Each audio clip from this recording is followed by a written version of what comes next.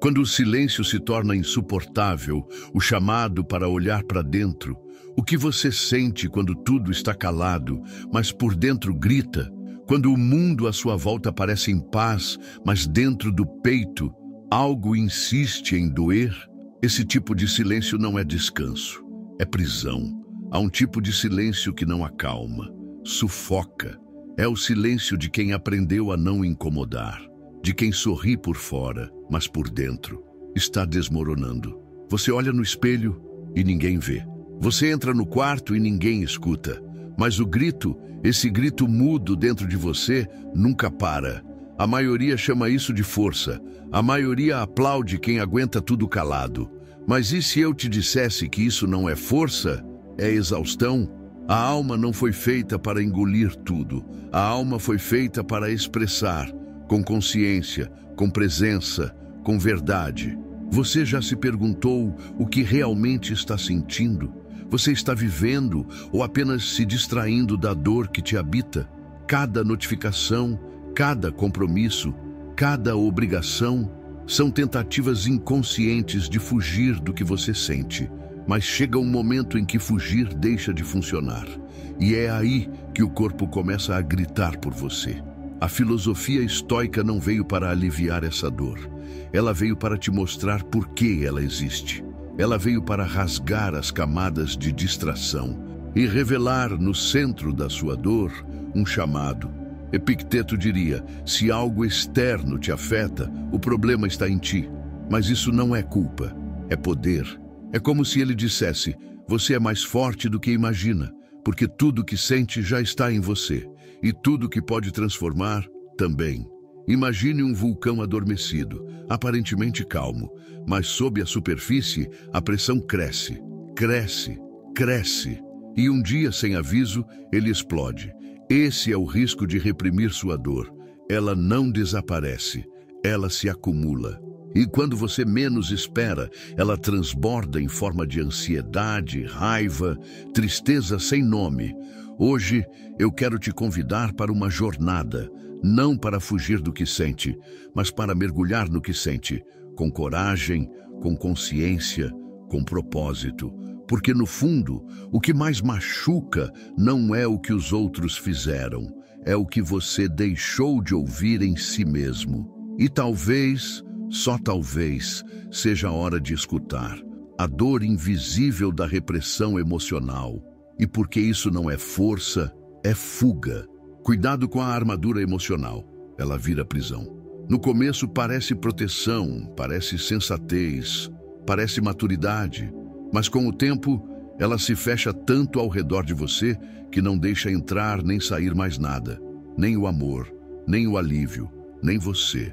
É fácil aprender a esconder. Foi o que ensinaram. Não chore, não demonstre fraqueza, não sinta demais. E então, dia após dia, você começa a silenciar o que sente. Vai engolindo tudo. Raiva, tristeza, medo, decepção, como se sentir fosse um erro. Mas o que não se expressa, apodrece por dentro. A repressão emocional não é maturidade, é autoabandono. A neurociência mostra o que o estoicismo já dizia em silêncio. O que é reprimido permanece ativo. Quando você suprime uma emoção, a amígdala cerebral, o radar emocional, entra em estado de alerta constante. Você não se torna mais racional. Você se torna mais tenso, mais fechado, mais reativo. Por dentro, mesmo que sorria por fora. Carl Jung dizia, aquilo que você reprime vira sombra e volta como destino. Essa frase não é uma metáfora poética, é um aviso. É a vida dizendo que o que você não olha com consciência volta com violência, no corpo, nos relacionamentos, nos pensamentos que você finge não ouvir. Quando a emoção não encontra espaço, ela cria sintomas. Tensão no peito, dor no estômago, falta de ar. A raiva que você não deixou sair. Vira um silêncio pesado entre você e quem você ama. A tristeza que você não nomeou vira apatia nos seus dias. Mas há um caminho. não para explodir, mas para conter com presença. Respire. Conte até 4 ao inspirar. Segure por 4. Expire por 4. Essa é a respiração de contenção estoica. Um espaço entre o que você sente e o que você faz. Nesse espaço, nasce o controle real. Depois, escreva, sem filtro. Derrame no papel o que você jamais teve coragem de dizer. Não para mostrar a alguém, mas para se mostrar a si mesmo. O que você sente precisa ser visto por você primeiro, porque força de verdade é parar de fugir, a ilusão da indiferença e a tragédia silenciosa de fingir que não se importa. O que você sente quando finge não sentir mais nada? Muita gente aprendeu a sobreviver assim, dizendo a si mesma que não liga mais. Mas o coração não obedece ao discurso. Ele só aprende a se calar. E quanto mais você finge não se importar, mais se distancia de si mesmo. A indiferença pode parecer controle, mas muitas vezes é só anestesia. Você congela o que sente, endurece por dentro e chama isso de força. Mas essa frieza não cura, ela isola. Você não sofre tanto, é verdade, mas também não sente o que poderia te transformar. Sêneca alertava sobre esse paradoxo. Resistir demais ao que sentimos nos transforma em pedra. E quem vira pedra, deixa de florescer. O controle verdadeiro não está em apagar as emoções. Está em reconhecê-las sem se curvar a elas. Não se trata de reagir ao impulso, mas também não se trata de negá-lo. A ciência confirma isso de forma sutil. No experimento clássico de John Bargh, o estudo do café quente e frio, voluntários seguraram por poucos segundos uma xícara quente ou fria antes de avaliar uma pessoa desconhecida. O simples contato com o calor os tornava mais empáticos, o frio mais distantes. O corpo sente e o corpo fala antes da mente perceber. Suas emoções, mesmo que negadas, continuam moldando suas decisões. Epicteto propunha 2 perguntas diante de qualquer emoção. Isso que sinto depende de mim? Essa reação me aproxima da paz ou da escravidão interior? 2 perguntas simples, mas que exigem coragem. Porque responder com sinceridade é admitir que a frieza não é sabedoria, é medo. E você não nasceu para congelar. Você nasceu para sentir com consciência, responder com presença e agir com valor. O apego ao passado é a raiz do sofrimento. Mesmo quando você não percebe, você está tentando reviver ou recomeçar. Essa pergunta parece simples, mas ela expõe um abismo. Porque às vezes a dor não está no que aconteceu, mas no apego ao que já acabou. É como se houvesse uma parte sua, presa em um tempo que não existe mais, esperando que algo volte, que alguém volte, que você volte a ser quem era antes. O apego não é saudade, é resistência. É a tentativa de manter vivo um capítulo que a vida já encerrou. E toda vez que você tenta viver no passado, você morre um pouco no presente. Vai ficando cada vez mais difícil sorrir de verdade, confiar de verdade, começar de verdade. O estoicismo nos ensina a viver como o bambu, firme no chão, mas flexível ao vento. Ele não tenta impedir a tempestade. Ele se inclina, se adapta, se move, mas não quebra, porque não resiste ao que não pode controlar. Você está se curvando com sabedoria. Ou tentando segurar o que não existe mais? Clarissa Pinkola. Estés disse algo que toca a alma. O sofrimento é o útero da alma que desperta. Mas despertar exige deixar ir. Exige soltar com respeito, com dor, com verdade. Porque segurar o que passou é sufocar o que ainda pode nascer. Feche os olhos por um instante. Lembre do que você ainda carrega, do que ainda pesa, do que ainda te prende. Agora escreva, como se fosse a última vez. Escreva o que nunca conseguiu dizer, o que nunca disseram a você. Leia em voz baixa. E depois, queime, não como quem apaga, mas como quem transforma. Você não precisa esquecer, mas precisa aceitar que já foi. O passado é um mestre, não uma casa. E talvez o sofrimento só esteja aí, porque você insiste em morar onde só devia ter passado. O vazio que cresce quando você se abandona, sinais sutis de que perdeu o centro. Se você sente que perdeu algo, talvez tenha sido você mesmo. E essa perda não grita, ela sussurra. Aos poucos você vai se afastando de si, vai dizendo sim quando quer dizer não, vai ignorando o cansaço, adiando a pausa, calando a dor, até que um dia você olha para dentro e tudo parece estranho, tudo parece longe. Esse é o vazio que não se preenche com conquistas, nem com reconhecimento, nem com distrações. É o vazio que nasce quando você se abandona, quando deixa suas próprias necessidades por último, quando tenta agradar a todos, menos a si mesmo. Existe um impacto espiritual quando você se desconecta da sua verdade e o corpo tenta avisar. O nó na garganta quando você não expressa o que sente, a tensão no peito quando tolera o que já devia ter deixado, o cansaço inexplicável quando vive no automático. O corpo fala, o corpo implora, mas você aprendeu a não escutar. Só que há um caminho de volta, e ele começa em silêncio. Feche os olhos por 3 minutos, respire com calma e leve sua atenção para dentro do corpo. Sinta o peso dos ombros, o ritmo do coração, a temperatura das mãos. Escaneie a si mesmo com presença, não para consertar, mas para perceber. Esse é o Mind Scanning. Um pequeno gesto de reconexão com seu eixo. Porque antes de tomar decisões, antes de mudar de vida, antes de ajudar alguém, você precisa voltar para si. E lembrar que nada fora de você pode preencher o que só nasce quando você se acolhe por inteiro. Você não se perdeu. Você apenas se esqueceu de voltar. Porque a solidão espiritual é o portal da transformação interior. A verdade que ninguém diz sobre a solidão é que ela não é ausência, é transição. Ela dói, sim, porque ela tira as vozes ao redor e te obriga a escutar a única que você tem evitado, a sua.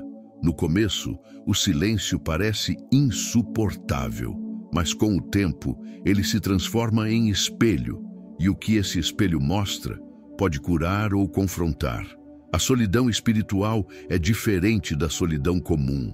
Ela não significa estar sozinho, ela significa não estar mais iludido. Você percebe que ninguém fora de você pode preencher o buraco que a vida cavou, e que esse buraco talvez seja o espaço que sua alma preparou para nascer algo novo. Eckhart Tolle escreveu: "O agora doloroso é um mestre que ensina em silêncio. Não é um castigo, é um convite, um chamado para mergulhar onde sempre evitou, para olhar de frente o que sempre escondeu atrás de barulhos, distrações, relações. É ali, na pausa desconfortável, que começa a transformação. Uma mulher passou 90 dias em silêncio, não como protesto, mas como reconexão. Ela não saiu da cidade, não foi para o alto de uma montanha, apenas desligou o ruído, telefone, redes, conversas vazias, e escutou. No início foi como andar em um quarto escuro, mas aos poucos a própria alma começou a sussurrar e ela descobriu que a voz mais sábia sempre esteve lá. Durante 12 horas permaneça em silêncio, sem estímulo, sem resposta. Sem fuga, observe o desconforto, anote o que vier. Não para entender tudo, mas para começar a ouvir de verdade. Porque a solidão espiritual não é um fim, é um limiar. É quando a casca começa a se romper e algo dentro de você finalmente começa a nascer. Você não precisa ser forte o tempo todo. Essa cobrança é o que te destrói. O mito moderno da força é sorrir enquanto afunda. É parecer estável enquanto tudo dentro de você está em colapso. É manter a pose, a agenda, o controle, mesmo quando o corpo implora por trégua. Você não precisa ser forte o tempo todo, porque essa força que te ensinaram não sustenta, ela esgota. Existe uma diferença entre ser forte e ser inteiro. Ser forte do jeito que muitos entendem é resistir sempre. Ser inteiro é saber quando parar, quando respirar, quando acolher sua dor sem se sentir fraco por isso. Marco Aurélio escreveu: se você está sofrendo por algo externo, a dor não se deve à coisa em si, mas à sua avaliação dela. E isso você pode apagar agora. Mas ele não disse isso para te endurecer. Disse para te lembrar que é dentro de você que mora o poder de mudar a relação com o que sente. A dor não precisa ser negada, ela precisa ser ouvida, porque é ao ouvi-la com coragem que você começa a transformá-la. Carl Jung chamou isso de individuação, a jornada em que a alma se torna inteira, não pela negação da dor, mas pela integração dela. Aquilo que você evita em si é exatamente o que guarda sua força mais profunda. Não a força de segurar tudo, mas a força de olhar tudo com compaixão. Escreva para a parte sua que mais sofre, não para corrigi-la, mas para abraçá-la. Pergunte o que ela sente, o que ela precisa, o que ela tem medo de dizer. E responda com a voz que você gostaria de ter ouvido quando tudo começou a doer. Porque força não é calar o que dói, é permanecer presente, mesmo quando dói. O controle emocional que liberta, e porque não é o mesmo que reprimir. Autocontrole não é frieza, é sabedoria aplicada. É a arte silenciosa de não se deixar arrastar por dentro de si mesmo, de sentir e ainda assim escolher, porque sentir é inevitável. Mas como você responde ao que sente, isso é liberdade.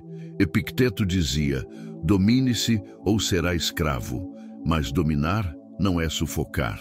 É compreender a natureza do que se passa em você. Sem julgamento, sem pressa, sem fuga, você observa, você reconhece. E então, você age, não reage. Reprimir é negar. Autocontrole é integrar. É como se você abrisse espaço para que as emoções existam, mas não dirijam sua vida. Você as acolhe como hóspedes temporários e escolhe, com serenidade, o que fazer a partir disso. Essa escolha é o que muda tudo. A psicologia positiva moderna e a terapia de aceitação e compromisso dizem a mesma coisa de formas diferentes. Aceitar não é se render. É parar de lutar contra o que você sente e começar a caminhar com isso. Você não precisa estar bem para agir com valor. Precisa apenas estar presente. O estoicismo oferece 3 passos. Primeiro, pare. No momento em que a emoção surgir, não siga o impulso. Segundo, observe. Sinta o que está acontecendo no corpo. Nomeie a emoção. Terceiro, haja com valor. Pergunte-se, o que um eu mais sábio faria agora? O verdadeiro controle emocional não é um muro, é um canal, por onde a emoção passa, mas não domina, por onde você sente, mas permanece inteiro. Porque quando você se torna maior que suas reações, você se torna livre. E liberdade, no fim, é isso: escolher com consciência aquilo que te aproxima da paz, o poder da presença silenciosa. Como o silêncio pode curar o que a fala destrói. Poucos sabem usar o silêncio como forma de cura, mas quem aprende, descobre um poder que as palavras não alcançam. Porque nem tudo que se sente precisa ser dito, e nem tudo que se diz cura o que foi sentido. Há momentos em que o silêncio é a resposta mais inteira que se pode oferecer. Não porque falta o que dizer, mas porque o excesso de palavras só aumenta a distância. Quando você está realmente presente, não precisa explicar. Sua energia fala, sua escuta acolhe, seu olhar toca onde a fala não chega. No estoicismo, silêncio não é omissão, é estratégia.